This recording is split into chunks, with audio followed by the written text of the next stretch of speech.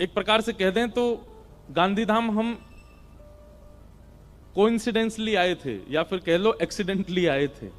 गांधीधाम आने का कोई क्रम था नहीं। जब 2 साल पहले जब वृंदावन रसामृत यहां लिखा गया तब अहमदाबाद में कथा होनी थी, पर अहमदाबाद में जहां कथा होनी थी वहां कुछ ऐसी योजना घटना घटी कि वो कथा का समय पूरा खाली हो गया। हम छत्तीसगढ़ में थे, मुझे याद है, और कथाओं की याद नहीं रहती पर यहाँ की मुझे याद है। तो छत्तीसगढ़ में थे और चौथे दिन की कथा शायद छत्तीसगढ़ में हुई और तब योजना बनी कि अहमदाबाद में जो कथा है वो नहीं हो पाएगी और सब लोग अब वापस अपने अपने घर को, 1 सप्ताह का सबको अवकाश है। लेकिन तभी हमारे गांधीधाम के परम वैष्णव परिवार, हमारे किरण जी और प्रेम जी, इनका दोनों का भाव हुआ, महाराज जी आपकी अहमदाबाद की सब लोगों की टिकट बनी गई है, ट्रेन की भी फ्लाइट की भी, तो आप थोड़ा श्रम कर लीजिए, अहमदाबाद तक आ जाइए, वहां से गांधीधाम आ जाओ।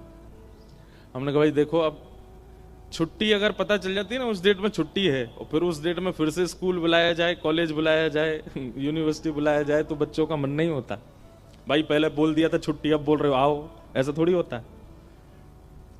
संडे को अगर किसी काम करने वाले को बॉस कॉल करे कि भाई आज ये कर दो, तो वो भी सर आज तो संडे है, आज तो छुट्टी है, आप क्यों, तो ऐसे वैसे तो हमको छुट्टी कभी लेने का मन होता नहीं, पर मन में भाव आया कि भाई हम तो 5-6 काम वृंदावन में बोल चुके कि अब 7 दिन का समय मिला है, घर जाएंगे, पर आप लोगों का इतना भाव नहीं आप आ जाओ। मैंने कहा मैं 7 दिन कथा तो नहीं करूंगा। बोले आप चाहे 3 दिन का कुछ सत्संग ही कर दो लेकिन आओ।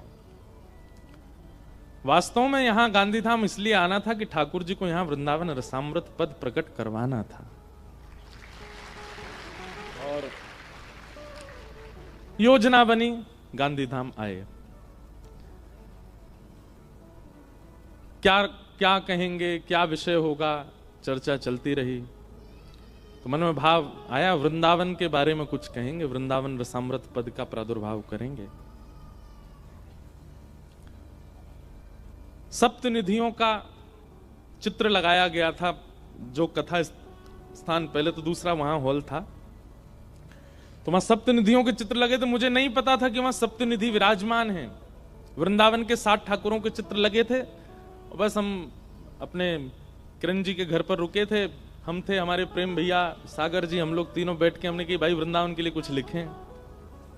और ऐसे बैठे बैठे बैठे अपने आप ही आधा पौना घंटे के अंदर तो ये पद पूरा निर्माण हो गया। और आकर के जब मंच पर गाया, उस दिन के बाद से तो वृंदावन जाने वाला हर वैष्णव यही गाता हुआ जाता है।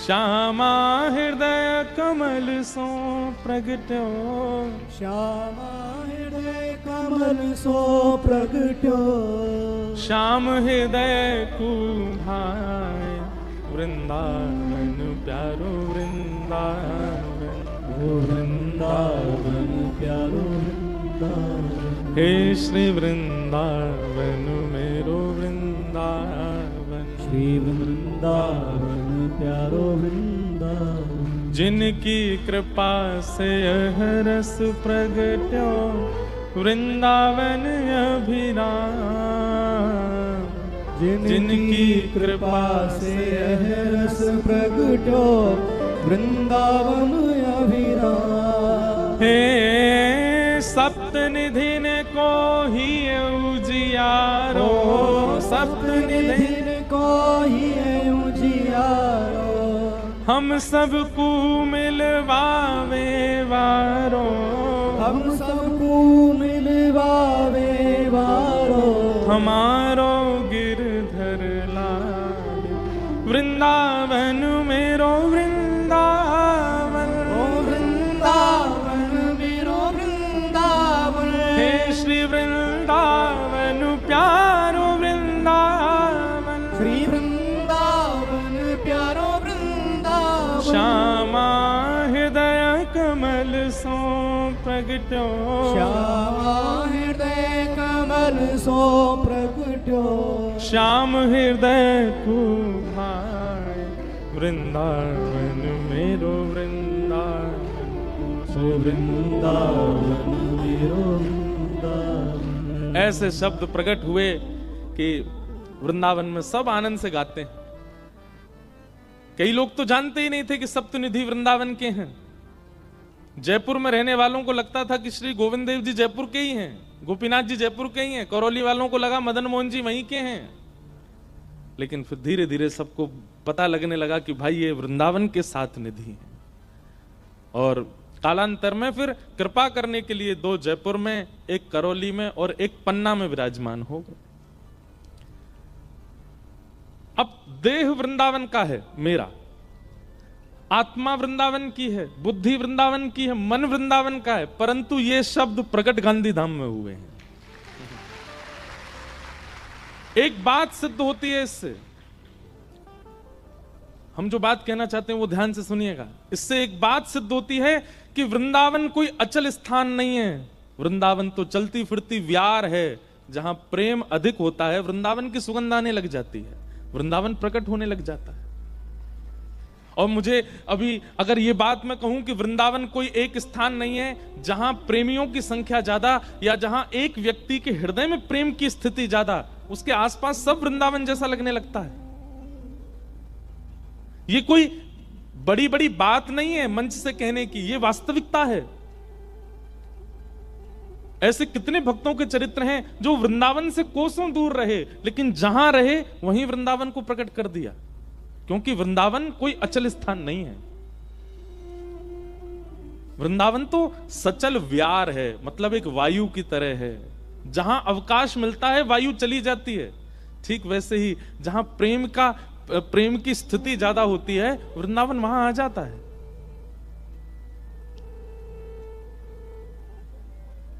हम सत्य कह रहे हैं आपसे, वृंदावन में जन्म लेना, वृंदावन में मृत्यु होना, वृंदावन में निवास करना, उसकी बड़ी महिमा बताई गई है शास्त्रों में।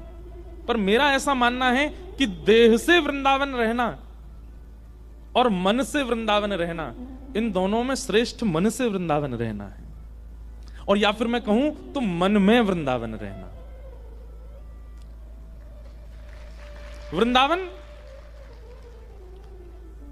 वृंदावन अगर इच्छा प्रकट कर देता है तो वृंदावन से 1200 किलोमीटर दूर गांधी धाम में बैठे हुए व्यक्ति के चित्त में भी प्रेम प्रकट हो जाएगा। और वृंदावन की इच्छा ना हो ना तो वृंदावन में बैठे हुए व्यक्ति के चित्त में भी प्रेम प्रकट नहीं होगा।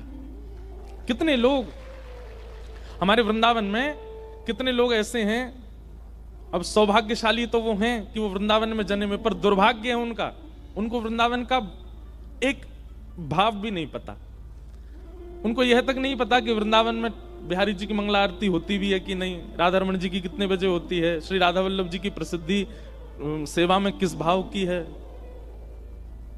यमुना जी का स्वरूप क्या है, वृंदावन की आकृति क्या है, रज का महात्म्य क्या है, वृक्षों का स्वरूप क्या है, वृंदावन में रहने वालों को नहीं पता। और वृंदावन से कोसों दूर रह रहे उन वैष्णवों को वृंदावन के सप्तनिधियों के बारे में पता है, वृंदावन की पूरी परंपरा के बारे में पता है। वृंदावन के लिए असली ब्रजवासी कौन? जो तन से वृंदावन में रहे वो नहीं, जिसके मन में वृंदावन रहे वो असली ब्रजवासी। मेरे चित्त में वृंदावन गांधीधाम आके प्रकट हुआ, जबकि मेरा जन्म वृंदावन का है। ये इस बात का प्रमाण है कि वृंदावन अचल नहीं है, वृंदावन सचल है, वृंदावन चलता रहता है, वृंदावन भ्रमण स्थिति में रहता है। बस परख रहा है वृंदावन कि कोई ऐसा प्रेमी पुकारे या कोई ऐसा प्रेमी मिले जिसके चित्त में अवकाश हो और वहां वृंदावन विराजमान हो। वृंदावन मतलब, अगर मैं वृंदावन कहता हूं, देखो, श्री राधा यदि कहा तो केवल किशोरी जी, श्री कृष्ण यदि कहा तो केवल श्याम सुंदर, श्री यमुना जी यदि कहा तो केवल यमुना जी, गिरिराज जी कहा तो केवल गोवर्धन पर्वत। लेकिन अगर वृंदावन यदि कहा तो श्री किशोरी जी और किशोरी जी की अष्ट सखी, ठाकुर जी और ठाकुर जी के अष्ट सखा, यमुना जी और यमुना जी के सबरे घाट, गिरिराज जी और गिरिराज जी की संपूर्ण परिक्रमा और 84 कोस ब्रजमंडल एक साथ चतुर्व्यूह रूप में आपके सन्मुख, आपके हृदय में प्रकट हो जाए, केवल वृंदावन बोलने मात्र से सब प्रकट हो जाते हैं। किशोरी जी, ठाकुर जी, गिरिराज जी, यमुना जी, सबका एक भूत स्वरूप है वृंदावन। मैं तो लोगों से कहता हूं कि आप जो नाम जप करते हैं, श्री राधा राधा जपो, श्री कृष्ण कृष्ण जपो, महामंत्र के रूप में हरे कृष्ण कृष्ण कृष्ण हरे हरे, हरे राम राम राम हरे हरे जपो, पर अवकाश मिलने पर श्री वृंदावन श्री वृंदावन श्री वृंदावन श्री वृंदावन भी जपो। और एक बात बताएं, हो सकता है कि कई बार एकांतिक नाम जप में आपका भाव विच्छिन्न हो रहा हो। समझ रहे हैं हमारी बात? एकांतिक नाम जप में, जो नाम जप आप कर रहे हैं उसमें अगर आपका भाव विच्छिन्न हो रहा है, मन नहीं लग रहा, उबासी आ रही है, निद्रा आ रही है, या कोई गलत विचार मन में आ रहे हैं, उसी क्षण वृंदावन का नाम जप प्रारंभ कर दो। जो अपूर्णता नाम जप में होती है, जो अपूर्णता प्रेम की होती है, वृंदावन क्या है? वृंदावन अपूर्ण को पूर्ण करने वाला एक भाव है। किसी के चित्त में प्रेम की अपूर्णता है तो वृंदावन पूर्ण कर देगा। किसी के चित्त में यदि भाव की अपूर्णता है तो वृंदावन पूर्ण कर देगा। अरे हम तो कहते हैं आप श्रृंगार नहीं कर पाते ना ठाकुर जी का, एक सप्ताह वृंदावन का चिंतन करो, एक सप्ताह बाद अपने आप वृंदावन कृपा करके श्रृंगार सिखा देगा। क्योंकि वृंदावन गुरुओं से युक्त है, रसिकों से युक्त है, आचार्यों से युक्त है।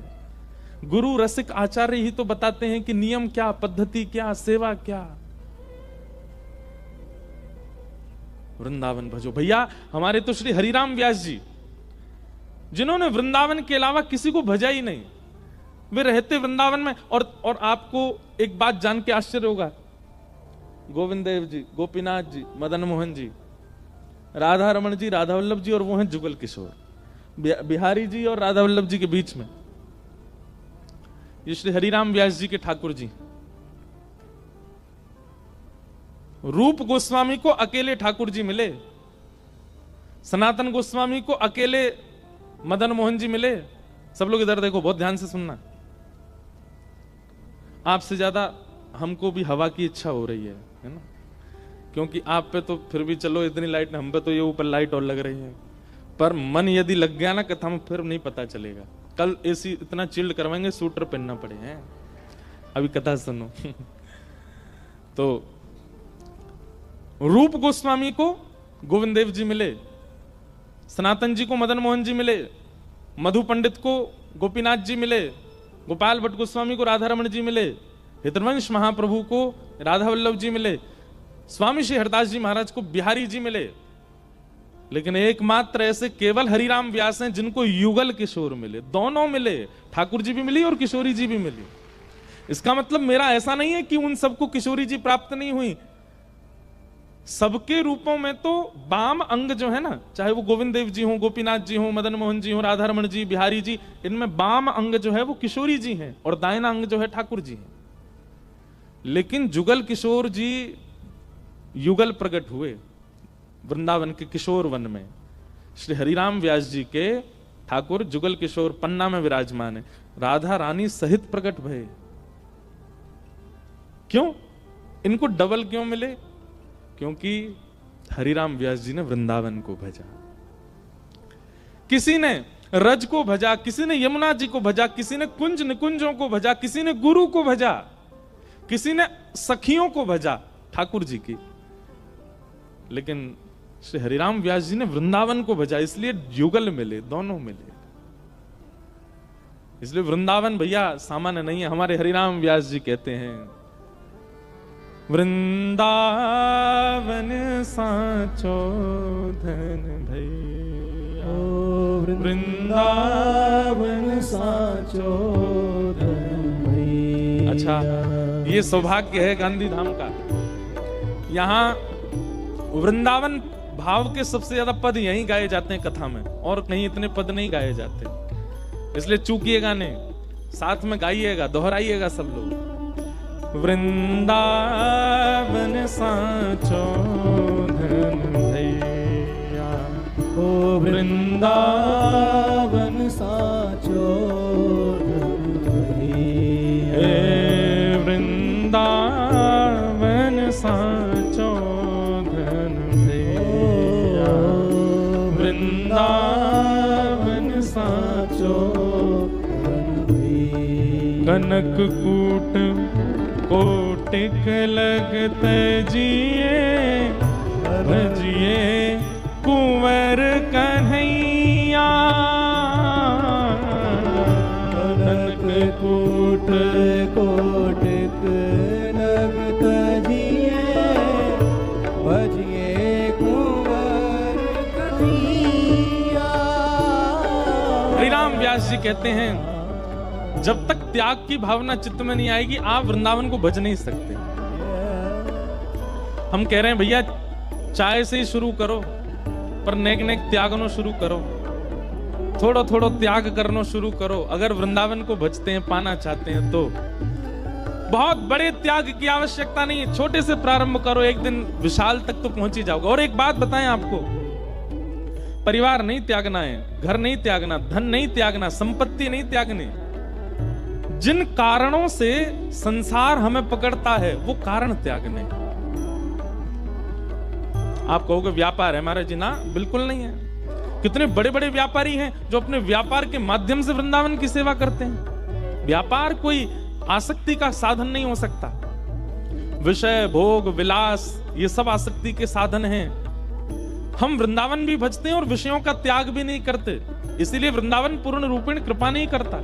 हरिराम व्यास जी कहते हैं भाई इतनों सौ भी त्याग नहीं कर पाओगे तो वृंदावन भजवे में सफलता नहीं मिलेगी। थोड़ा थोड़ा त्याग करो। आज ही कथा के बाद में कुछ एक चीज तो आपको त्यागनी है आज ही। अब वो अभी सोच लो त्यागना क्या है। एक भैया हमारी कथा में आए, उन्होंने चीनी त्याग दी। अच्छा एक बात बोलें, बहुत सारी चीज ऐसी हैं जो हम आपको त्यागने को बोल रहे हैं, हम ही नहीं त्याग पाते।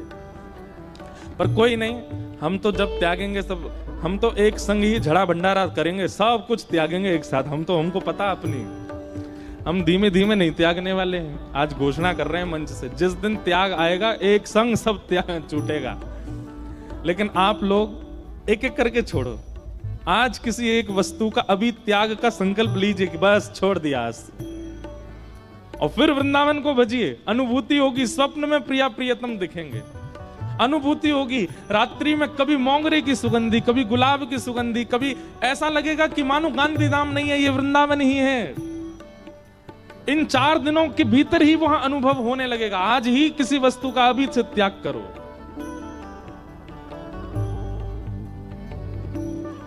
वैसे एक बात कहें, संपत्ति त्यागना बहुत बड़ी बात नहीं, परिवार त्यागना बहुत बड़ी बात नहीं। कोई व्यक्ति इंटरनेट त्याग के दिखाए, सोशल मीडिया त्याग के दिखाए किसी दिन। मेरे मन में आती है कभी कभी कि लाइव होती है कथा, इतने सारे लोग सुनते हैं, सोशल मीडिया के माध्यम से लोगों को बहुत जल्दी पता चलता है, तो कथा में लोग आते हैं। पर कभी कभी बहुत मन होता है कि सब बंद करा दें और भाई अब जहां कथा होगी अपने आप पहुंचो, ना कैमरा लगेगा ना कुछ नहीं, सीधे पहुंचो। जिसको कथा सुननी है कथा पंडाल में आके सुनो। और मैं आज कह रहा हूं किसी दिन अगर हमारा दिमाग सटक गया तो ये हो भी जाएगा। वृंदावन को या तो त्याग के भजो या फिर केवल वृंदावन भजने लगे तो वृंदावन कुछ ना कुछ त्याग करवाएगा। कनक कूट कोटिक लगत जिए, कनक कूट कोटिक लगत जिए भजिए कुंवर कन्हैया। भजिए कुंवर कन्हैया। हे जहां श्री राधा चरण रेणु की, जहां श्री राधा चरण रेणु की। हे जहां श्री राधा चरण रेणु की, जहां श्री राधा चरण रेणु की। कमला ले तू भलैया।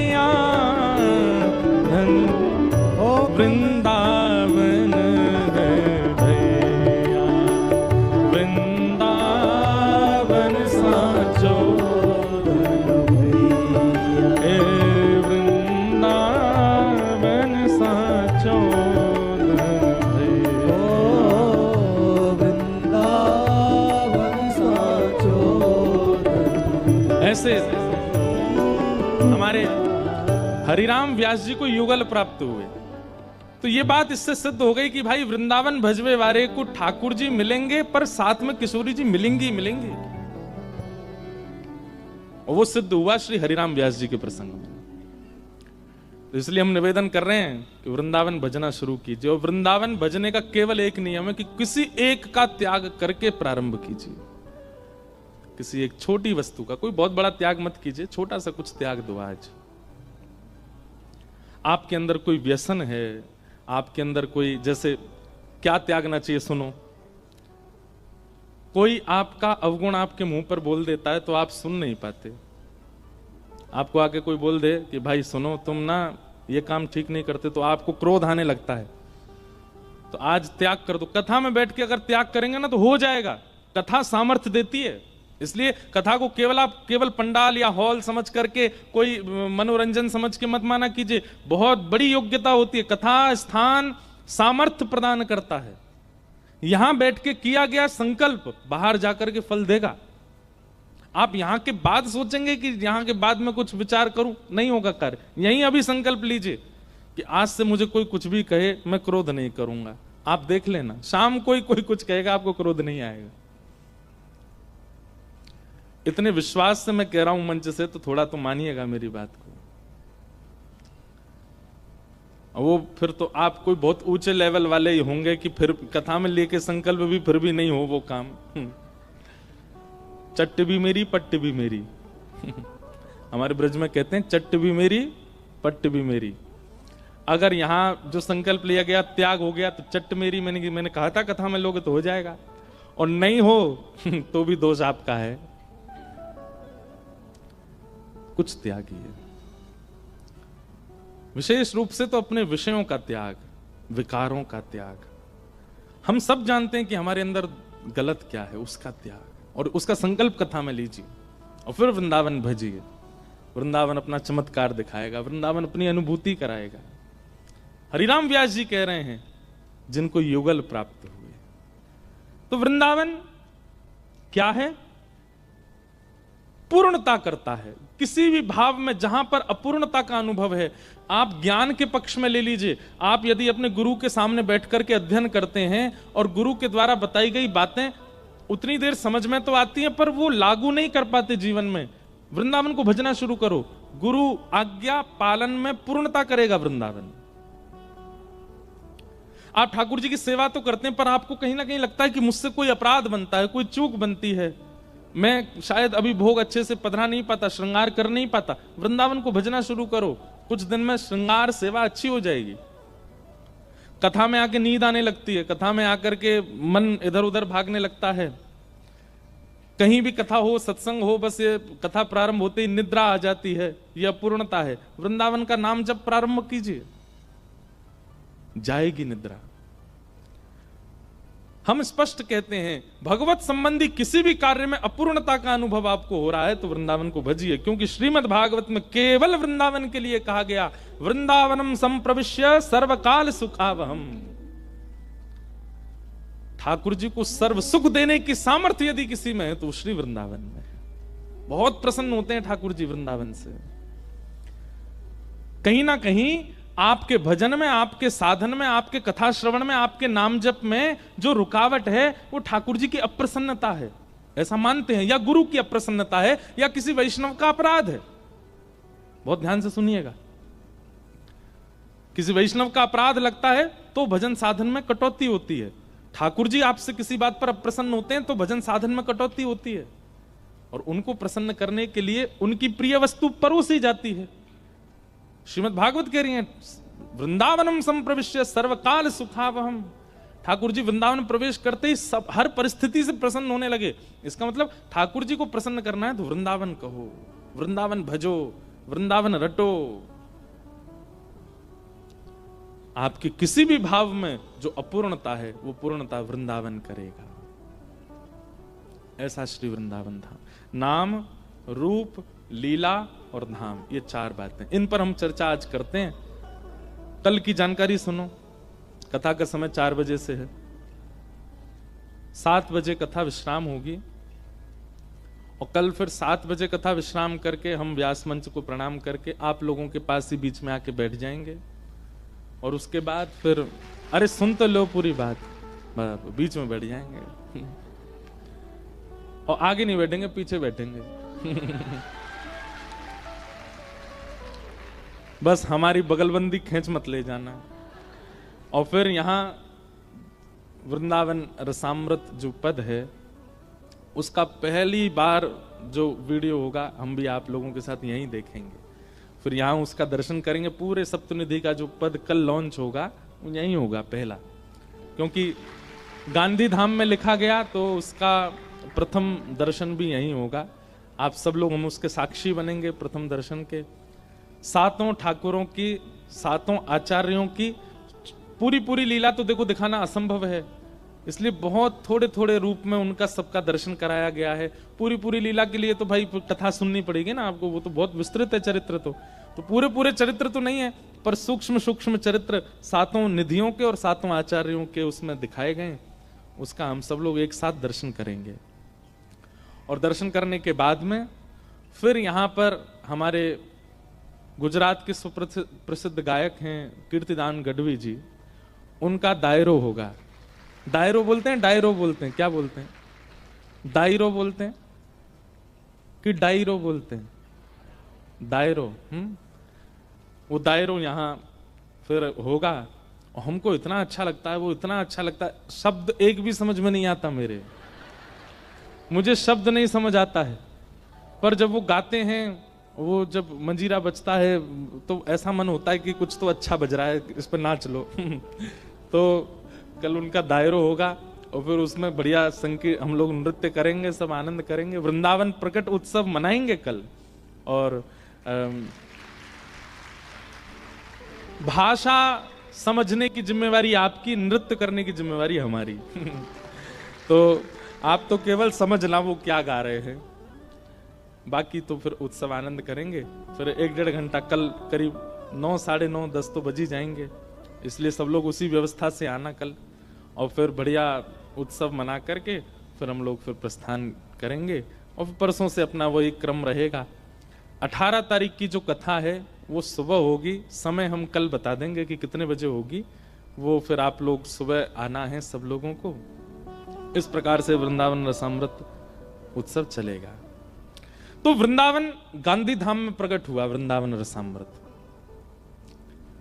मैं इस बारे में विचार कर रहा था कि वृंदावन एक जगह नहीं रहता है, वृंदावन विचरण करता है।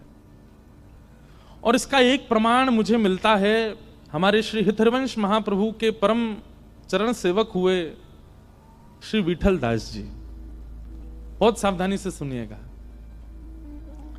श्री विठल दास जी का चरित्र आता है, महाप्रभु श्री हितरवंश चंद्रजू के परम सेवक हुए।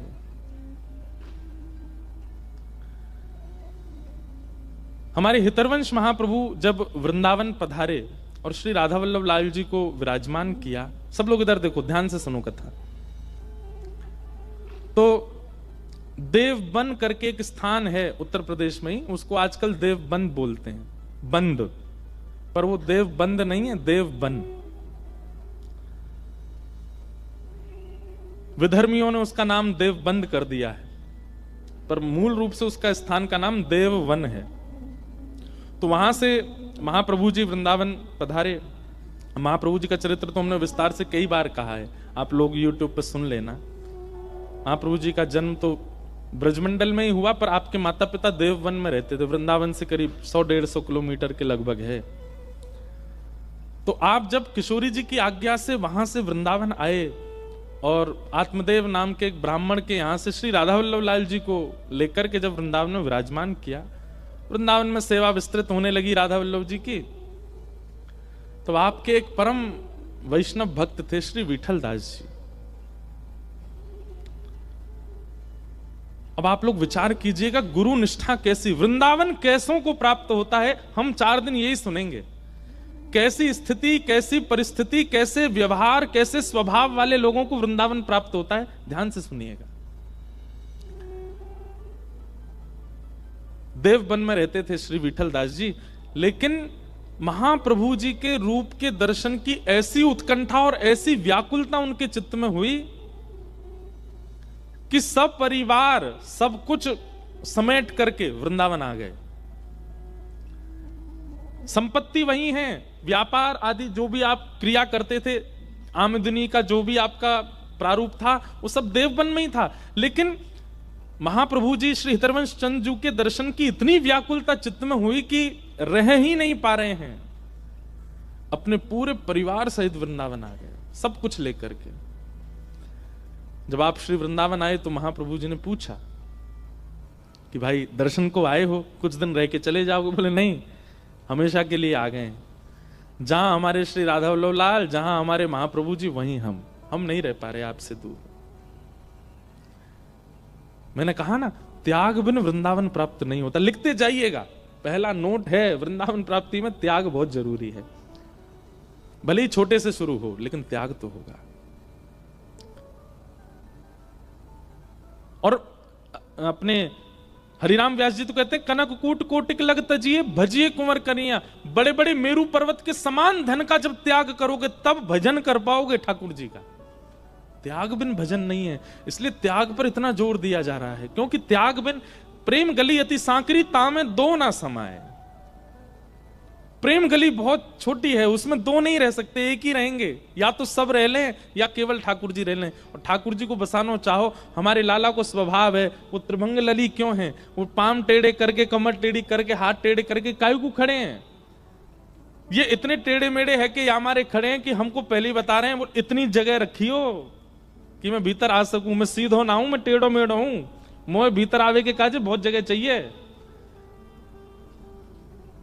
सीधी वस्तु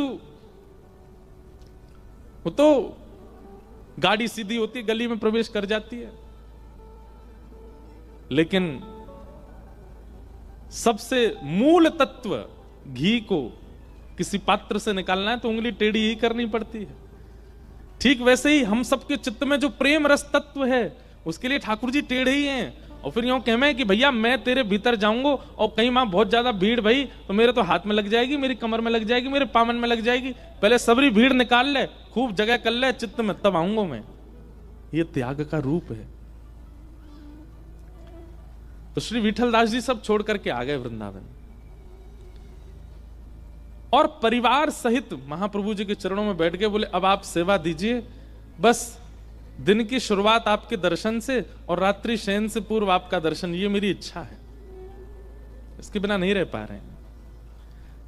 तो वृंदावन भजने के लिए सबसे पहले त्याग, और दूसरा गुरु के प्रति दर्शन की निष्ठा। गुरु कह लीजिए या वैष्णव कह लीजिए, उसके दर्शन की अनन्य निष्ठा। हमारी राधा वल्लभ जी के दर्शन में तो निष्ठा हो जाती है, राधा रमण जी के दर्शन में तो निष्ठा हो जाती है, बिहारी जी के दर्शन में तो निष्ठा हो जाती है, पर रसिक और आचार्यों के दर्शन में निष्ठा बहुत कम बन पाती है। उनके दर्शन की, और कैसी निष्ठा, ऐसी नहीं एक बार देख लिया मन भर गया, ऐसे ही देखत रहूं। तो स्वामी श्री हरदास जी महाराज कहते हैं, ऐसे ही देखत रहूं तो मैं जन्म सुफल कर मानूं। ऐसे ही देखता रहूं बस, मेरे प्रिया प्रियतम दिखें, रसिक जन दिखें, वृंदावन वासी दिखें, गुरुजन दिखें, बस नेत्रन के आगे दिखते रहें। और विठलदास जी आ गए वृंदावन।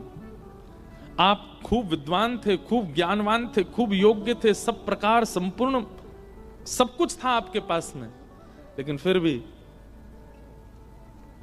ऐसी लगन लग गई अपने गुरुदेव के प्रति, सब छोड़ के आ गए। सेवा में रहते थे। अब जब योग्य व्यक्ति होता है ना, तो संसार के लोग उस योग्य को कैसे भी अपनाना चाहते हैं। विठलदास जी बड़े योग्य थे, तभी आपके गुजरात के सौराष्ट्र के जूनागढ़ के राजा के मन में आया कि हमारे प्रधानमंत्री की पदवी को नियुक्त करने के लिए इस भारत राष्ट्र में यदि कोई व्यक्ति है तो वो एकमात्र विठलदास है। अगर विठलदास जी आकर के यहां प्रधानमंत्री की पदवी स्वीकार कर लें तो राज शासन बहुत अच्छा चलेगा।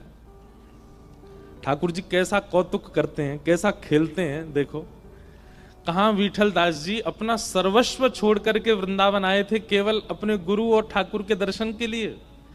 और ठाकुर जी ने ऐसा कौतुक किया, कुछ ही दिन वृंदावन में निकले थे, विठल दास जी परम प्रसन्न थे। यमुना जी की सेवा, रज की सेवा, राधा वल्लभ जी की सेवा, हरिवंश महाप्रभु जी की सेवा मिल गई है, और क्या चाहिए जीवन में।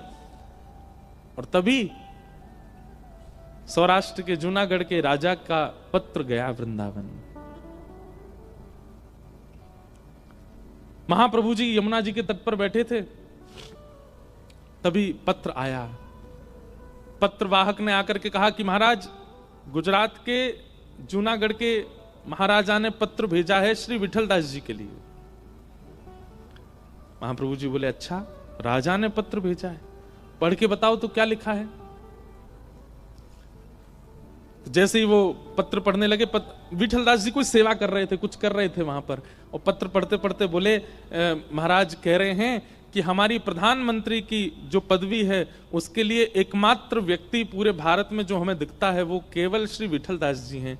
हमारा निवेदन है श्री महाप्रभु जी कृपा करके और श्री विठल दास जी अनुग्रह करके जूनागढ़ आकर के प्रधानमंत्री की पदवी स्वीकार करें।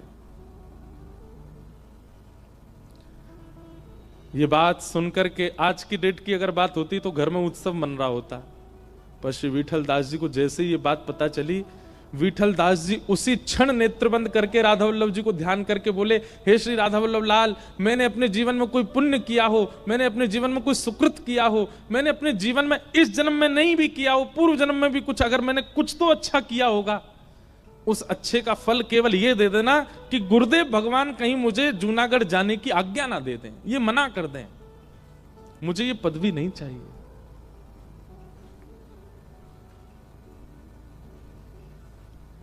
लेकिन ठाकुर जी को कौतुक तो बहुत अच्छा लगता है। एक बात लिख लीजिएगा, जादना लाला को भाग गए ना, वैद्यनाथ कौतुक कहने शुरू हो जाएंगे। बिना कौतुक के लाला रहेवे कोई नहीं, कछु ना कछु करते ही रहेगो। और आपके संग कछु नहीं है रहे हो, है सब कछु बढ़िया चल रहे हो, तो यो समझो अभी ठाकुर जी ने आप चुने नहीं हो। जैसे आप किसी को चुनते हो, जैसे कोई बालक होता है ना, छोटा, बहुत प्यारा लग जाता है, तो बड़े किसी को भा जाता है तो क्या चलते फिरते जहां मिल जाएगा उसके कभी गाल खींच लेंगे, कभी हाथ पकड़ लेंगे, कभी उसको ऐसे गुदगुदी कर देंगे, या जिससे वो रोए ऐसा कुछ कर देते हैं, जोर की आवाज कर देंगे, उसको डरा देंगे। जिससे बहुत प्रेम होता है ना, उसको बार बार छेड़ा जाता है। घर के लोग कहते हैं, तू क्या पूरे दिन इसके पीछे पड़ा रहता है, खूब चिल्लाते, फिर भी वो नहीं मानता। जब भी वो बालक मिलता है वो उसको छेड़ ही देता है। ठीक वैसे ही ठाकुर जी है, ऐसा प्रेम है ठाकुर जी का, जिससे इनको अनंत प्रेम हो जाता है ना, उसको ऐसे ही छेड़ते रहते हैं। राह चलते कछु नहीं तो गाल मरोड़ देंगे, कछु नहीं तो ऐसी ठोकर लगाएंगे, मौके बल गिरोगे, सबरे दांत टूट जाएंगे। तुम्हारो कछु काम बहुत बढ़िया बनना होगा, कहो तो वहां में कछु ऐसो विघ्न डालेंगे कि बन ही नहीं पावे। वो ठाकुर जी का कौतुक होता है।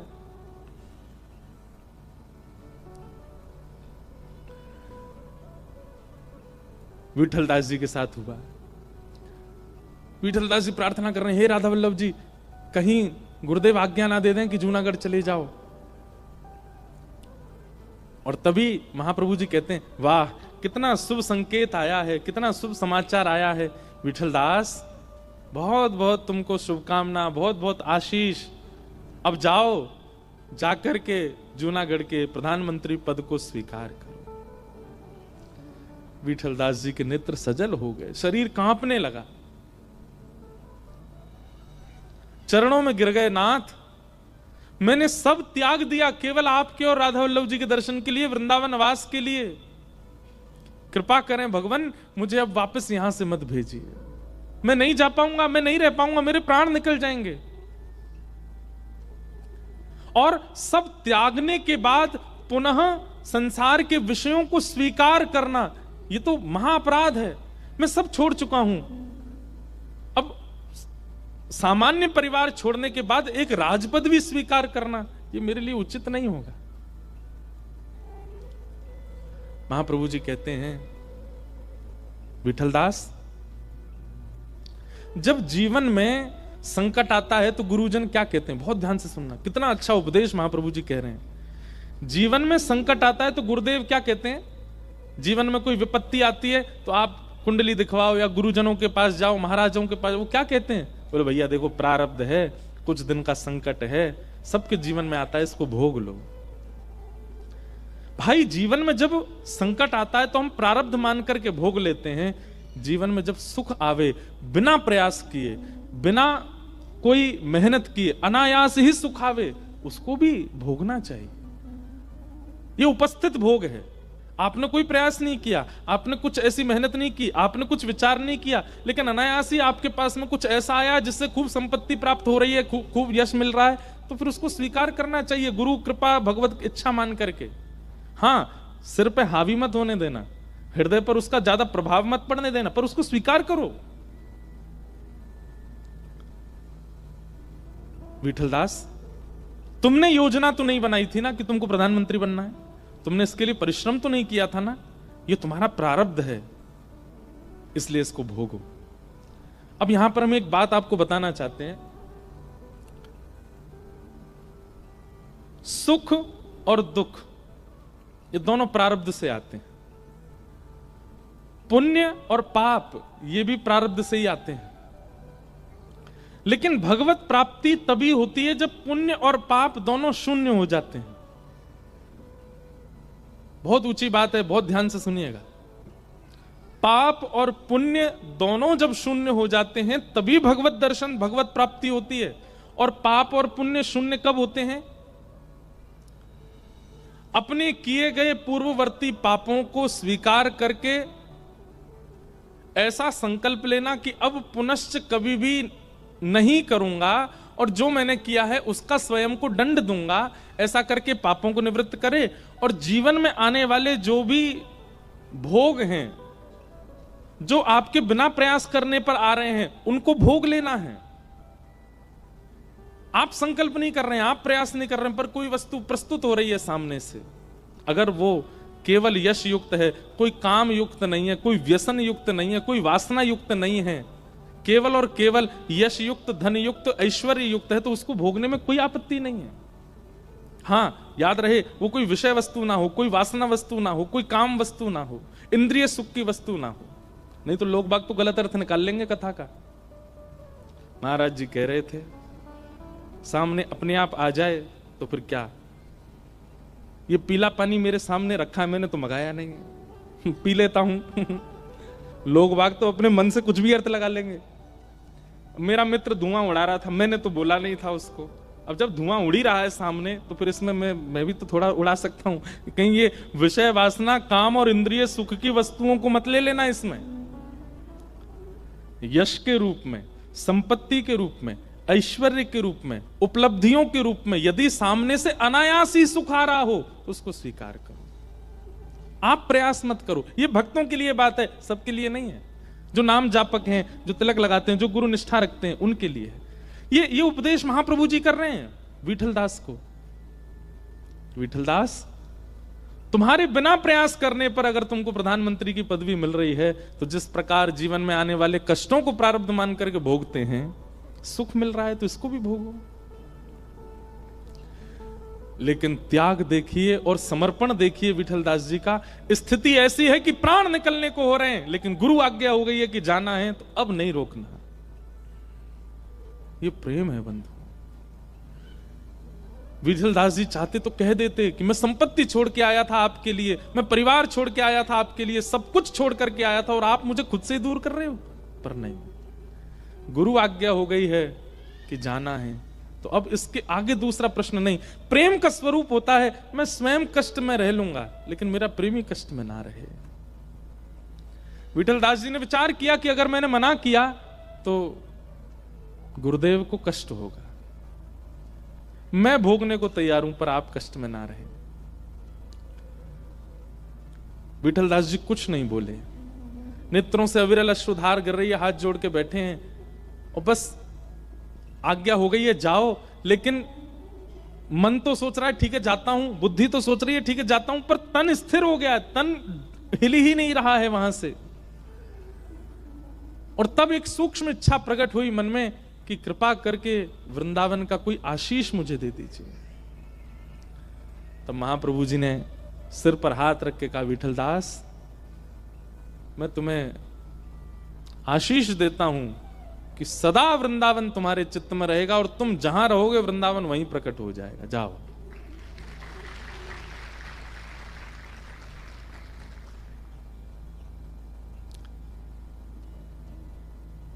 ठीक ऐसी ही लीला स्वामी श्री हरदास जी के चरित्र में भी आती है, और वो तो बड़ी विचित्र लीला है कि अकबर के मन में आ गया कि मैं सब छोड़ करके निधिवन में ही रहूं स्वामी जी के पास। अकबर के मन में तब स्वामी जी ने मन में विचार किया कि भैया जे अगर यहां आ गए हो तो यहाँ के पीछे इतनी भीड़ आ जाएगी हमारा भजन छूट जाएगा। स्वामी जी ने आज्ञा कर दी, भैया उसको सेवा दे दी, तू वहीं रहे और तू वृंदावन की सेवा करते रहे, हमारा चित्र बनवा ले जा आदि आदि। और उसको आज्ञा कर दी, जब जब तेरो मन हो वृंदावन को तो बस नेत्र बंद करके ध्यान करियो, तू जहां बैठेगो वहीं वृंदावन तो को दिखने लगेगा। इसका मतलब यह बात प्रमाणित करता है कि वृंदावन अचल नहीं है, वृंदावन सचल है। वृंदावन चलता फिरता है, बस उसको प्रकट करने वाला कोई स्थिति वाला चाहिए। श्री विठलदास जी निकल गए।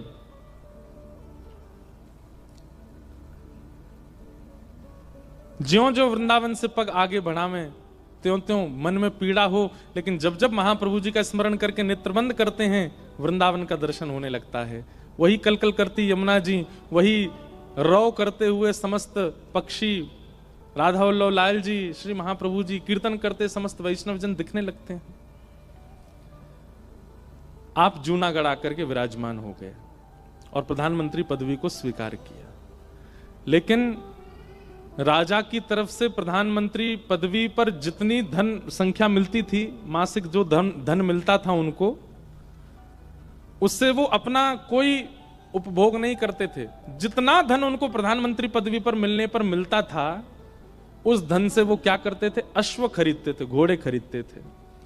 और इतने सारे घोड़े कर लिए, उनका नियम क्या रख लिया कि प्रत्येक दिन श्री राधा वल्लभ लाल जी वृंदावन में, जूनागढ़ से वृंदावन कितना दूर है, श्री राधा वल्लभ लाल जी वृंदावन में, और वृंदावन में श्री राधा वल्लभ जी का जो राजभोग होगा, राजभोग को जब महाप्रभु जी पालेंगे, महाप्रभु जी के पाने के बाद जो महाप्रभु जी का तिनका प्रसाद होगा, उस तिनका प्रसाद को घोड़ों पर बैठ करके वृंदावन से जूनागढ़ लाएंगे, उसको पा करके मैं अपना प्रसाद पाना प्रारंभ करूंगा।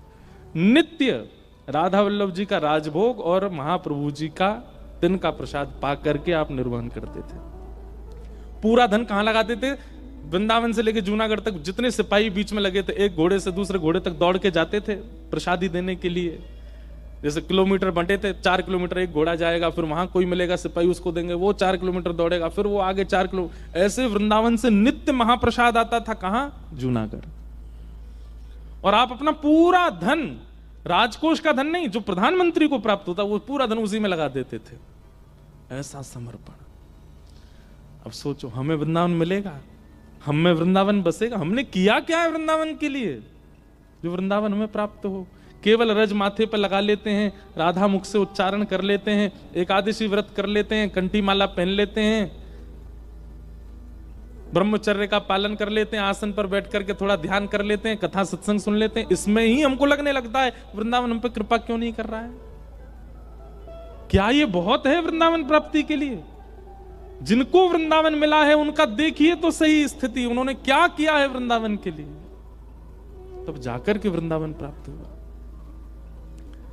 विठलदास जी का चरित्र में एक कथा आती है कि ये द्वारिका गए दर्शन करने के लिए। तो जैसे ही द्वारिका गए राजा के साथ, तो राजा ने दर्शन किए, सब लोगों ने दर्शन किए, लेकिन विठलदास जी दर्शन करने नहीं गए द्वारिकाधीश जी के। तो राजा ने कहा, ए विठलदास, सब लोग दर्शन करके आए, तुमने दर्शन क्यों नहीं किए?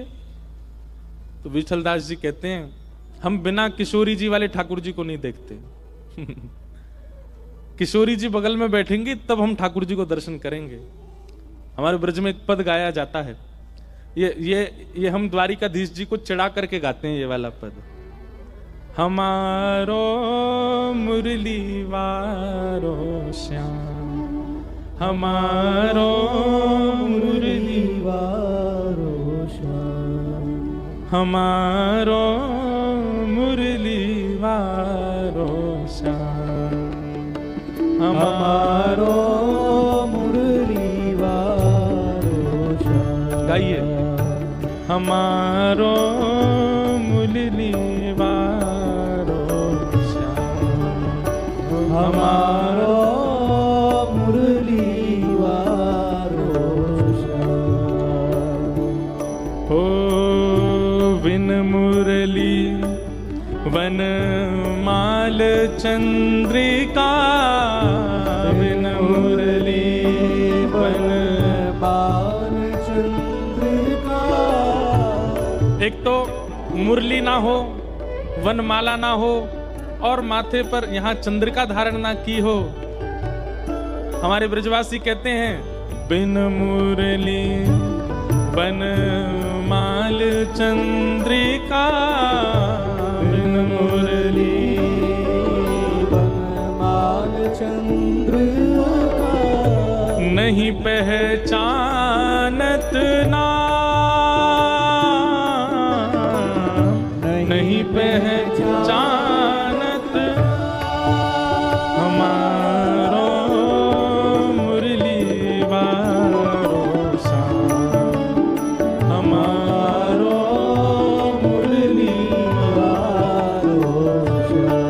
ए हमारो मुरली वारो श्याम। ओ हमारो मुरली वारो। अच्छा,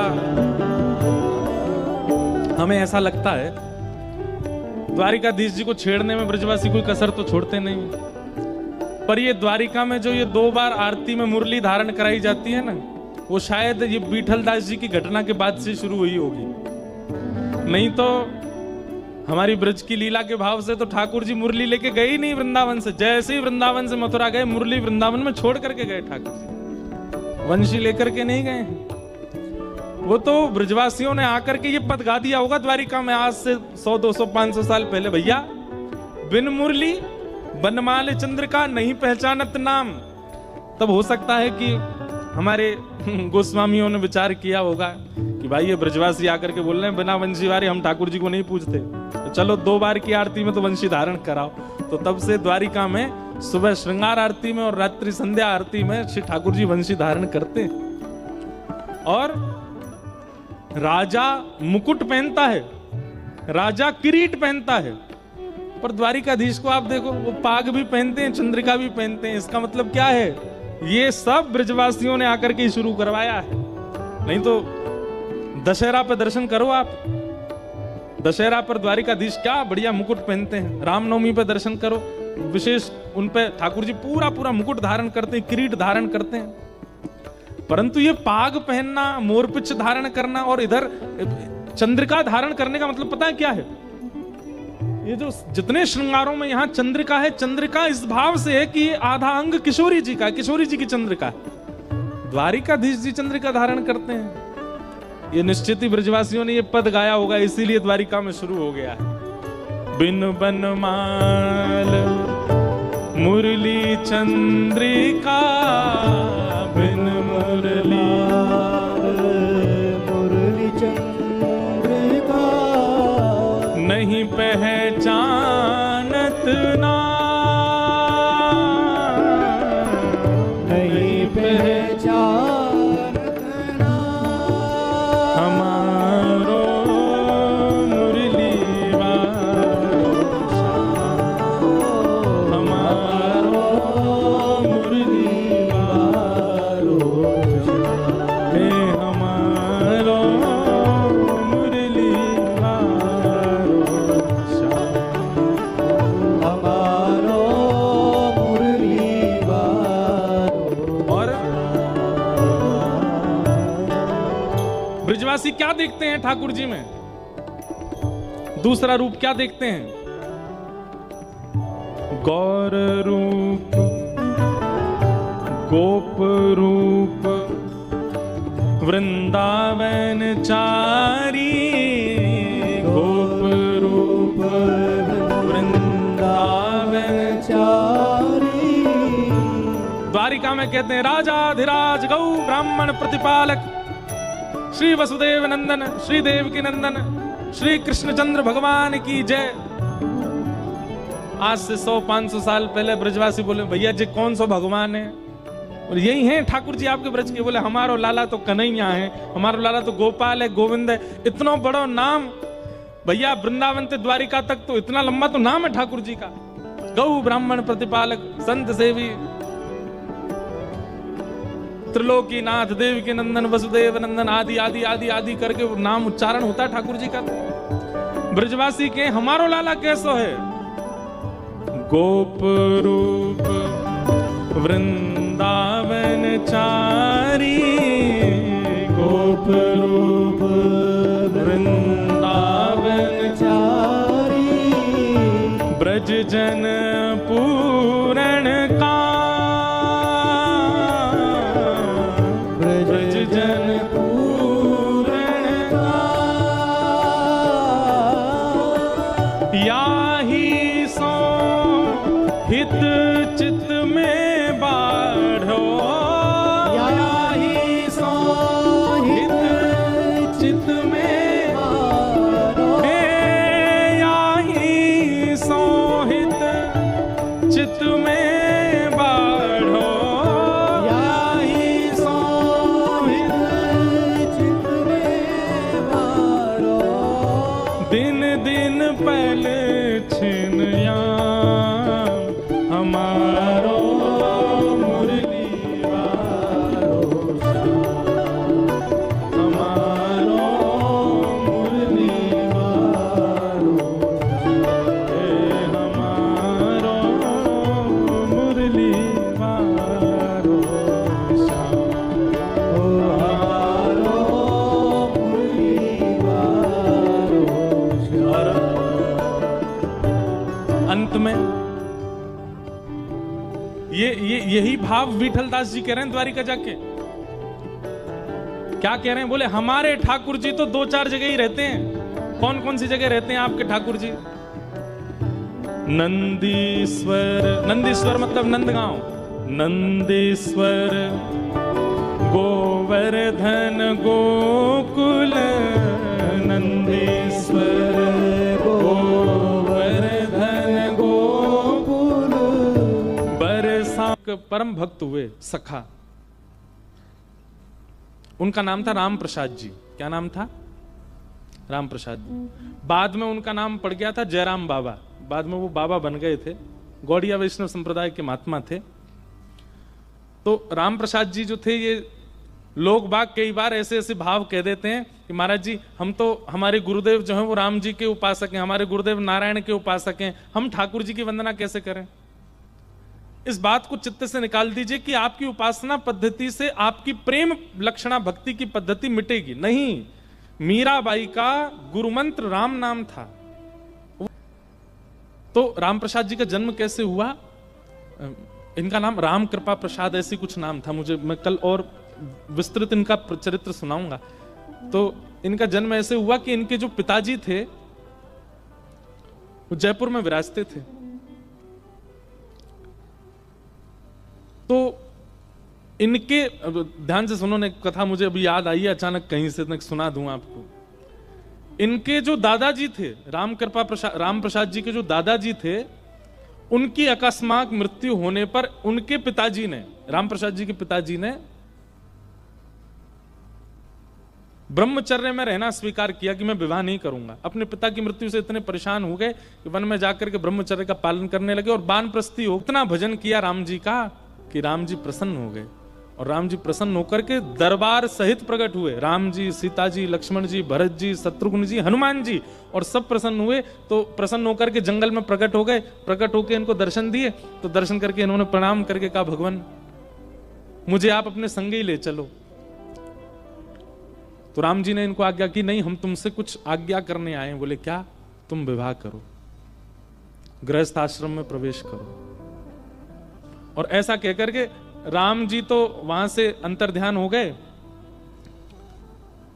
और ये बेचारे विचलित हो गए कि मैं तो सब छोड़ करके वन में आया और ठाकुर जी आकर के केवल 2 शब्द बोल गए कि गृहस्थाश्रम में प्रवेश करो, और चले गए। आपने आकर के फिर अब यूं सोचें ब्याह करूं तो किससे करूं?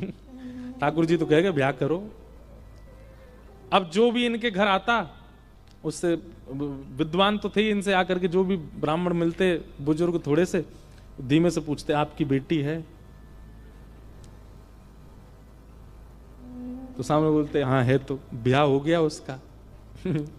तो कह देते हाँ हो गया। तो ये बेचारे नीचे नजर करके बैठे रहते, हाँ हूं करते रहते। लेकिन कोई कहता आपकी बेटी है? हाँ है। ब्याह हो गया? नहीं हुआ। हम कैसे वर रहेंगे आपकी बेटी के लिए? वो कोई अपने आप कैसे कह सकता भाई? लेकिन राम जी की आप मुझे ब्याह करना है। और तब इनका एक सुंदर ब्राह्मण थे, उन्होंने अपनी पुत्री के साथ में इनका विवाह किया। और तब इन दोनों का जो प्रथम पुत्र हुआ, उसका नाम इन्होंने राम प्रसाद रखा कि भाई ये राम जी की कृपा से हुआ, इसलिए इसका नाम राम प्रसाद। तो वो राम प्रसाद जी थे, छोटी सी अवस्था उनकी। तो जयपुर में गोविंद देव जी के मंदिर में गोविंद देव जी के सेवायत गोस्वामी के जो बालक थे वो राम प्रसाद जी की उम्र के ही थे, छोटे छोटे थे सब। तो उनके साथ राम प्रसाद जी खेलने के लिए मंदिर में जाते थे। बहुत ध्यान से सुनना, बड़ा अच्छा चरित्र याद आया अचानक। तो गोविंद देव जी में मंदिर में खेलने जाते थे, तो उनको ऐसा लगता था कि गोस्वामियों के 3 बालक हैं, 2 तो मेरे साथ खेलते हैं और एक सज धज के मंदिर में खड़ा रहता है गोविंद देव जी।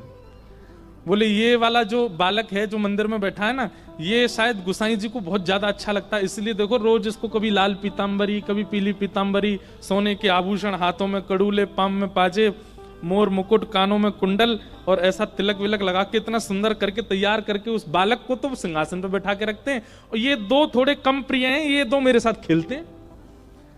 कैसा उनका सहज बाल स्वभाव। तो जब कभी गोटी खेलते थे तीनों बालक मिलकर के, गोविंद देव जी के प्रांगण में ही खेलते थे, तो गोटी खेलते खेलते ये राम प्रसाद जी गोविंद देव जी को देखते और उनको गोटी का प्रलोभन देते। बोले तुम नहीं खेलोगे? हम सब खेलते हैं, तुम भी खेलो। तो मन में विचार करते, जैसे मेरी माँ कभी मैं ज्यादा तैयार हो जाता हूं तो मना करती है ना, बाहर मत जाना, ऐसे ही इतने तैयार रहते हैं, इसलिए शायद इनको अनुमति नहीं होगी खेलने की। लेकिन राम प्रसाद जी का बहुत मन होता था कि कभी गोविंद देव जी उनके साथ गोटी खेलें। उन दोनों बालकों से भी कहते थे, बोले तुम दोनों अकेले आते हो, ये इनको क्यों नहीं लेके आते? तो वो दोनों हंस जाते, वो भी बालक, वो क्या जाने, बोले ये नहीं आते, ये यहीं रहते हैं। लेकिन एक बात है ना कि जिसका चित्त बहुत सहज है, जो बहुत भोंदू है, जो बहुत सरल है, ठाकुर जी को बहुत प्रिय लग जाता है। वो राम प्रसाद जी का ये बाल स्वभाव कि ठाकुर जी मेरे संग गोटी क्यों नहीं खेलते, ये गुसाई जी का बड़ा बेटा है, प्यारा बेटा, ये मेरे साथ क्यों नहीं खेलता। एक दिन ठाकुर जी ने ऐसी लीला की कि गोस्वामी जी के दोनों बालक अपनी नानी के घर चले गए और वो खेलने नहीं आए। और ये राम प्रसाद जी आकर के मंदिर प्रांगण में बैठकर प्रतीक्षा कर रहे हैं कि वो दोनों कब आएंगे, कभी गोटी नीचे मारें, कभी गोटी उछालें, हाथ में ले लें, और प्रतीक्षा कर रहे हैं वो दोनों कब आएंगे। वो दोनों तो आए नहीं। इतने में राम प्रसाद जी ठाकुर जी को देखने लगे, गोविंद देव जी को, और बोले आज तो तुम्हारे दोनों भाई भी नहीं आए, आज तो तुम आ जाओ, तुम ही खेल लो, आज हमारा मन ही नहीं लग रहा। कभी किसी खंबे पे जाके बैठ जाए, कभी कहीं बैठ, जैसे स्वभाव है उसको खेलने का मन होता है तो वो पीछे पड़ जाता है। ठाकुर जी का मन हो गया कि मैं इसके साथ खेलूं। और तभी ठाकुर जी ने देखा कि एक द्वारपाल बैठा है और एक गुसाई जी अंदर डोल रहे हैं। तो द्वारपाल को तो अचानक इतनी जोर की लघु शंका आई कि वो उठ के भाग गया, और गुसाई जी को बहुत जोर की भूख लगी आई तो वो भी चले गए प्रसाद पाने। दोनों जैसे ही गए, इतने में गोविंद देव जी अचल से सचल हो गए और दोनों हाथ सीधे करके फेंटा बांध करके अपनी सोने की गोटियां उठा करके और फेंटा में लेकर के और हाथ में लकुट लेकर के आ गए प्रांगण में। और प्रांगण में आकर के बोले चल अब खेल मेरे साथ। और राम प्रसाद बालक के साथ में गोविंद देव जी गोटी खेलने लगे। वो बालक खेल में तो उसके कमरुचि, ठाकुर जी जैसे चलें, ठाकुर जी जैसे बैठें, ठाकुर जी जैसे मुस्कुरावें, ठाकुर जी जैसे जो नैन मटका में, वो तो उन्हीं पे ही मोहित होता जा रहा था। इतने सुंदर लग रहे थे ठाकुर जी। नैनाभिराम बंक मुस्कान नैनाभिराम बंक मुस्कान बाह मरूड़ लजावत कान। ये देखो श्याम, ये देखो श्याम, यही तो है मेरे जीवन पान। ये देखो श्याम, ये देखो श्याम, यही तो है मेरे जीवन पान। ये शब्द नाथ द्वार में लिखे थे लाल जी के उत्सव में। कैसे ठाकुर जी बोले नैनाभिराम, अभिराम ने ठाकुर जी की बोह हिलने पर पागल हो जाता है। इतने सुंदर हमारे ठाकुर जी। बोह मरोड़ लजावत का, ये देखो श्याम, ये देखो श्याम, यही तो है मेरे जीवन प्राण। ये देखो श्याम। खेलना वेलना भूल गया ठाकुर जी, उसके सामने खड़े गए। अरे रोज मोए बुलावे खेलवे आजा, खेलवे आजा, आज मैं खेलवे आऊं तो मेरे संग खेले ही ना रहे हो, काई को बुलायो करे। राम प्रसाद बालक बोले आप तो सॉल पहन के खेलोगे तो ही खेल हो सकता है, क्योंकि उघारे अगर खेलोगे तो कभी आपके नेत्रों में अटक जाता हूं, कभी आपकी मुस्कान पे अटक जाता हूं, कभी आपकी चाल पे अटक जाता हूं, कभी आपके हाथों पे। आप तो ढक के खेलो खुद को तो ही खेल हो सकता है। ठाकुर जी बोले अच्छा दारी के मुंह नीचे बुला लियो, अब खेलना है, रो रुक जा भी बताऊं। इतने में ही द्वारपाल भी आ गया, गुसाई जी भी आ गए। ठाकुर जी राम प्रसाद जी की सबरी गोटी चुरा के भाग गए और जाके सीधे खड़े आ गए गोविंद देव जी। अब वो छोटा सा बालक, अब वो तो रोने लगा, मेरी गोटी ले गए, मेरी गोटी ले गए, मेरी गोटी लेके चले गए। तो द्वारपाल आया, ए बालक क्यों रोता है, वो रोज तो आते ही थे खेलने, मेरी गोटी ले गए। कौन ले गया? वो ले गए, ऊपर जाके खड़े हो गए, ऐसे मेरी गोटी उनके हाथ में लग रही है। तो द्वारपाल, ए पागल क्या बोलता है, ठाकुर जी हैं, गोविंद देव जी हैं, वो तेरी गोटी क्यों लेके जाएंगे, वो तो कहीं आते जाते नहीं, ऐसे खड़े रहते हैं। नहीं अभी आए थे नीचे, मेरी गोटी लेके, मेरी गोटी दो, मैं नहीं आऊंगा कल से, मेरी गोटी दिलवाओ। गुसाई जी आए, क्या बात है, क्यों हल्ला कर रहे हो? बोले रो रहा है। बोले क्यों रो रहा? मेरी गोटी ले गए ठाकुर जी, इनसे दिलवाओ मुझको। बोले तेरी गोटी कहां से ले जाएंगे ठाकुर जी? अरे नहीं मेरी गोटी लेके गए, आप देखो जाके वहां पे। तो बाल स्वभाव को सब लोग हंसी में ले रहे थे, लेकिन पुजारी जी के मन में आया इसकी संतुष्टि के लिए ठाकुर जी के आगे गोटियों का थाल रखा है, खेलते हैं ठाकुर जी, वो एक बार उठा के इसको दिखा देता हूं, देख कोई गोटी नहीं है। पुजारी जी जैसे ही गए थाल में जाके देखा तो सोने चांदी की गोटी ठाकुर जी की, और उनमें रंग बिरंगी सामान्य सी गोटियां राम प्रसाद जी की पड़ी हुई थी। गोसाई जी तो देख करके बोले ये तो मैं ही श्रृंगार करता हूं, मैं ही सब व्यवस्थित करता हूं, ये गोटियां ठाकुर जी की तो है नहीं। उठा करके बालक को दिखा, बोले ये हैं तेरी गोटी? हाँ ये मेरी गोटी है, रोज मैं इनसे ही खेलता हूं, मुझे दे दो। गोसाई जी बोले ये यहां कैसे आई? बोले आप गए थे भोजन करने, ये उतर के आए थे नीचे, इनमें से बड़ी अच्छी सुगंधी आ रही थी चंदन की, और ऐसे डोल रहे थे मेरे साथ, पूरे में पूरे गोटी खेली। अब मैं इनके रूप में इतना मोहित हो गया कि मैंने खेला नहीं तो मेरी गोटी लेके भाग गए ऊपर। गोसाई जी के नेत्र सजल हो गए, जय हो ठाकुर जी, आपकी सदा जय हो। और ठाकुर जी ने गोटी प्रदान की। फिर वही बालक, उनके साथ और भी कई लीलाएं हुई, कल उसका विस्तार से श्रवण कराऊंगा मैं। फिर वही बालक आगे चल करके विरक्त महात्मा हमारे ब्रज के बने, उनका नाम फिर जय रामदास बाबा हुआ, कृष्ण रामदास बाबा। ऐसे बाबा पर गोवर्धन में रह करके उन्होंने खूब भजन किया, ठाकुर जी का दर्शन उनको बचपन से ही हो गया। तो गुरु कृपा। हाँ, तो ये प्रसंग मैंने क्यों सुनाया? फिर इनके साथ में एक ऐसी लीला हुई कि आगे चल करके जब इनका चरित्र आगे बढ़ता है तो एक समय ऐसा आया कि इनका भजन और इनको जो अनुभव ठाकुर जी के होते थे वो घटने लगे। तब इनको एक दिन स्वप्न में गोविंद देव जी ने आज्ञा की कि तुम्हारी गुरु निष्ठा कमजोर हो रही है, अपने गुरु की सेवा करो और गुरु आज्ञा को अक्षर सहित पालन करो, तब तुम्हारा भजन और भाव और मेरे प्रति जो तुम्हारा प्रेम है वो फिर से बढ़ने लग जाएगा। तब इन्होंने फिर अपने गुरुदेव के प्रति खूब निष्ठा रखी, उनकी आज्ञा के प्रति खूब भाव रखा, और फिर से जो इनके पूर्व के जो इनको अनुभव होते थे ठाकुर जी के साथ, वो फिर से होने लग गए। तो इसलिए भैया वृंदावन प्राप्ति के लिए सबसे पहला त्याग, और वृंदावन प्राप्ति के लिए दूसरा गुरु और रसिक जनों की आज्ञा का पालन, ये बहुत आवश्यक है। आज के लिए केवल ये 2 भाव आप सुनो, कल से और भाव हम सुनेंगे। कल बहुत बड़ा दिन है बंधुओं, गांधी धाम वालों के लिए भी और वृंदावन वालों के लिए भी।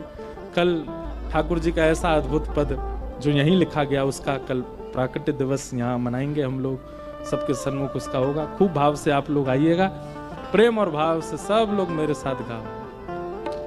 श्यामा हृदय कमल सो प्रगट्यो, श्यामा हृदय कमल सो प्रगट्यो, राधा हृदय कमल सो प्रगट्यो, राधा हृदय कमल सो प्रगट्यो, और श्याम हृदय कुभार, वृंदावन मेरो वृंदावन, मेरो वृंदावन, हे श्री वृंदावन प्यारो वृंदावन, श्री वृंदावन प्यारो वृंदावन, सब सुख सागर रूप जागर रहे वृंदावन धाम, सब सुख सागर रूप उजागर रहे वृंदावन धाम, हाँ प्यारो रहे वृंदावन धाम, प्यारो रहे वृंदावन धाम, हे रूप गोस्वामी प्रगट कियो जहाँ, रूप गोस्वामी प्रगट कियो, रूप गोस्वामी प्रगट कियो जहाँ, रूप गोस्वामी प्रगट कियो, राधा गोविंद रूप निधान, वृंदावन मेरो वृंदावन, वृंदावन मेरो वृंदावन, हे श्री वृंदावन प्यारो वृंदावन, वृंदावन प्यारो वृंदावन, रूप गोस्वामी प्रगट कियो जहाँ, रूप गोस्वामी प्रगट कियो, राधा गोविंद रूप निधान, वृंदावन मेरो वृंदावन, वृंदावन मेरो वृंदावन, हे श्री वृंदावन प्यारो वृंदावन, श्री वृंदावन प्यारो वृंदावन, बिहरत निस दिन कुंज गलन में, ब्रज जन मन सुख धाम, बेहरत निश दिन कुंज गलिन में, ब्रज जन मन सुख धाम, हाँ प्यारो ब्रज जन मन सुख धाम, प्यारो ब्रज जन मन सुख धाम, हे मदन मोहन को रूप निरख के, मदन मोहन को रूप निरख के, श्री मदन मोहन को रूप निरख के, मदन मोहन को रूप निरख हे सनातन बलि बलि मैं श्री वृंदावन प्यारो वृंदावन, वृंदावन प्यारो वृंदावन, मदन मोहन को रूप निरख के, मदन मोहन को रूप निरख के, सनातन बलि बलि वृंदावन मेरो वृंदावन, वृंदावन मेरो वृंदावन, हे श्री वृंदावन प्यारो वृंदावन, वृंदावन प्यारो वृंदावन, बोल मदन मोहन लाल की। जय हो। ऐसी जय बोल रहे हो जैसे नवरात्रि चल रही हो, आपके व्रत हो। अरे नहीं, जोर से बोलो, बोल मदन मोहन लाल की। हाँ, अब जब भी जय बोलनी है ऐसे ही बोलनी है। हाँ। गोपी ग्वाल सब ही और धारे, प्यारो गोपी नाथ, गोपी ग्वाल सब ही और धारे, प्यारो गोपीनाथ, हे गोपी ग्वाल सब ही और धारे, प्यारो गोपीनाथ, गोपी ग्वाल सब ही और धारे, प्यारो गोपीनाथ, हे मधु पंडित जिन कंठ लगायो, पंडित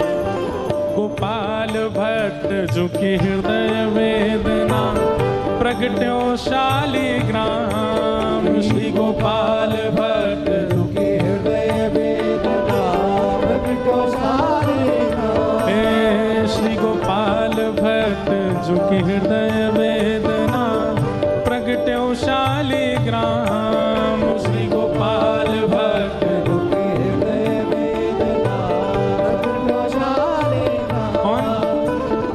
रूप सुधा को खान हमारो सुधा को खान हमारो वृंदावन में सब ते न्यारो वृंदावन में सब ते न्यारो। हे रूप सुधा को खान हमारो रूप सुधा को खान हमारो। ओ प्यारो राधा रमण झूला वृंदावन में वृंदावन वृंदावन मेरो वृंदावन। हे श्री वृंदावन प्यारो वृंदावन वृंदावन प्यारो वृंदावन। रूप सुधा को खान हमारो सुधा को खान हमारो। हे वृंदावन में सब ते न्यारो वृंदावन में सब ते ओ न्यारो। प्यारो राधा रमण झूला वृंदावन में वृंदावन वृंदावन मेरो वृंदावन। हे श्री वृंदावन प्यारो वृंदावन वृंदावन प्यारो वृंदावन। श्री राधा रमण लाल की आतुर हित हरिवंश पुकारो राधा राधा नाम आतुर हित हरिवंश पुकारो राधा राधा नाम। हे जय राधे राधे राधे राधे श्री राधे राधे राधे राधे विश्वभानु दुलारी राधे राधे बरसाने वारी राधे राधे कीरत सुत प्यारी राधे राधे हरिवंश प्यारी राधे राधे आतुर हित हरिवंश पुकारो राधा राधा नाम आतुर हित हरिवंश पुकारो राधा राधा नाम। सघन कुंज यमुना तट आयो सघन कुंज यमुना तट आयो। मदन टेर वृंदावन आयो मदन टेर वृंदावन ओ आयो। प्यारो राधा वल्लभ लाल वृंदावन में वृंदावन वृंदावन मेरो वृंदावन। हे श्री वृंदावन मेरो वृंदावन वृंदावन मेरो वृंदावन। मदन टेर वृंदावन आयो मदन टेर वृंदावन आयो। हे सघन कुंज यमुना तट आयो मदन कुंज वृंदावन आयो। प्यारो राधा वल्लभ लाल वृंदावन मेरो वृंदावन वृंदावन मेरो वृंदावन। हे श्री वृंदावन प्यारो वृंदावन वृंदावन प्यारो वृंदावन। श्री राधा वल्लभ लाल की हे जुगल किशोर कुलाड़ लड़ायो नवल कुंज ही अमारे जुगल किशोर किशोर कुलार लड़ायो नवल कुंज ही गान। हे जुगल किशोर कुलाड़ लड़ायो नवल कुंज ही अमारे जुगल किशोर कुलार लड़ायो नवल कुंज ही गान। के कुंजन कुंजन कीरत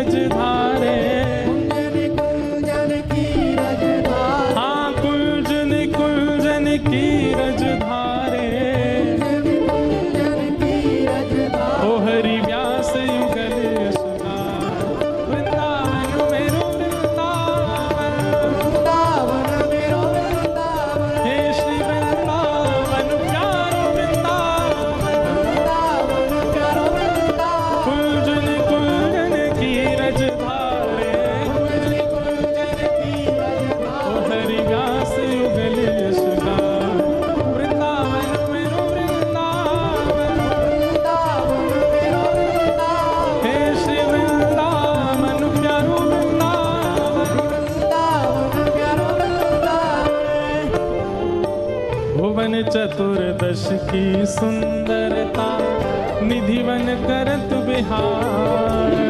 भुवन चतुर्दश की सुंदरता निधिवन करत बिहार। भुवन चतुर्दश की सुंदरता निधिवन करत बिहार। भुवन चतुर्दश की सुंदरता निधिवन करत बिहार। श्यामा प्यारी कुंज बिहारी, श्यामा प्यारी कुंज बिहारी। श्यामा प्यारी बांके बिहारी। श्यामा प्यारी बांके बिहारी। ये भाव तो सब भुजा उठा के गाओ और खूब बेग से गाओ।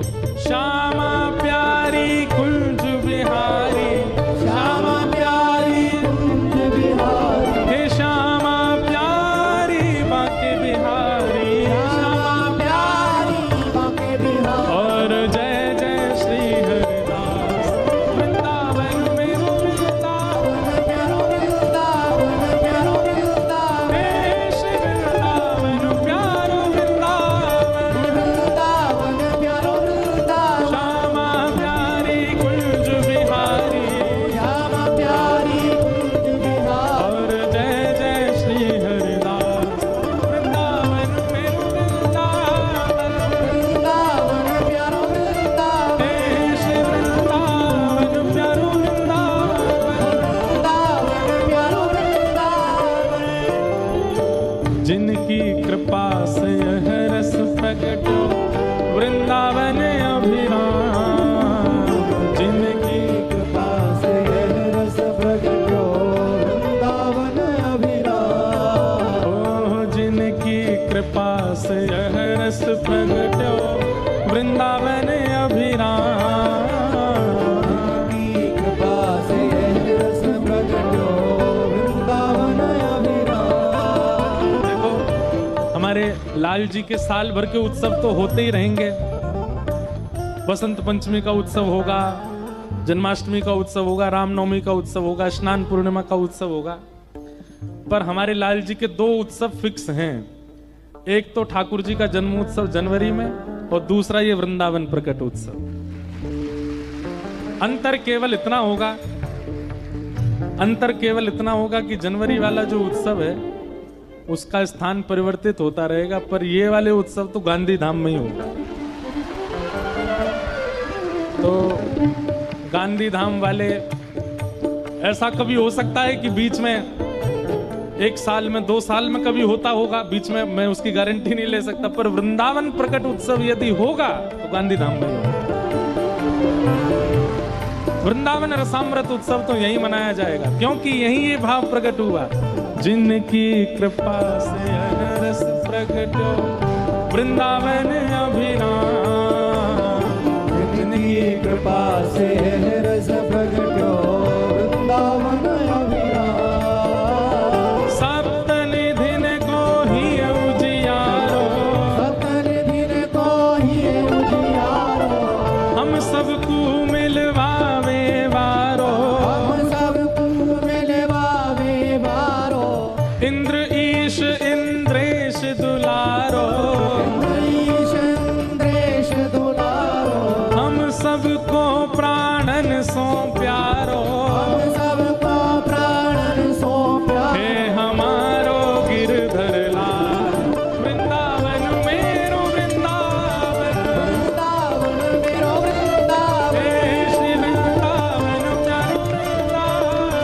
वृंदावन प्यारो वृंदावन। यह आनंद करवावे वारो। यह आनंद करवावे वारो। हम सबको मिलवावे वारो।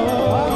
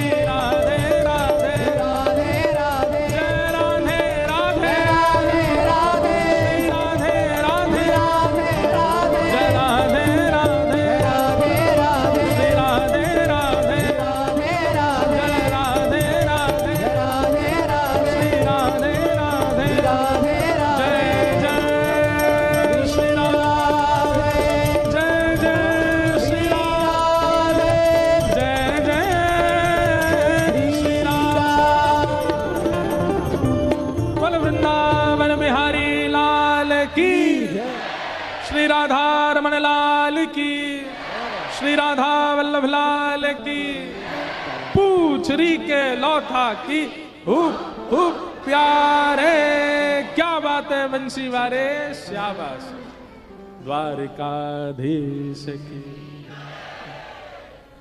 आप सब लोग समय का ध्यान रख ही रहे हैं, 4 से 7 तक का समय है, सब लोग बिल्कुल समय से आकर के अपना स्थान ग्रहण करें। अब बाल कृष्ण प्रभु की आरती गा करके आज के उत्सव को विराम। 3 दिन का और शेष है, बिल्कुल समय का ध्यान रख के सब लोग आइए। सबको जय श्री कृष्ण, जय श्री कृष्ण, जय सिया राम, जय सिया राम। केम छो?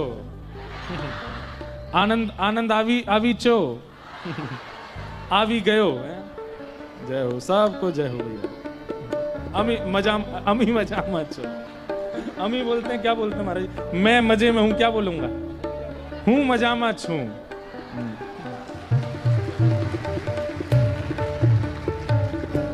आरती बा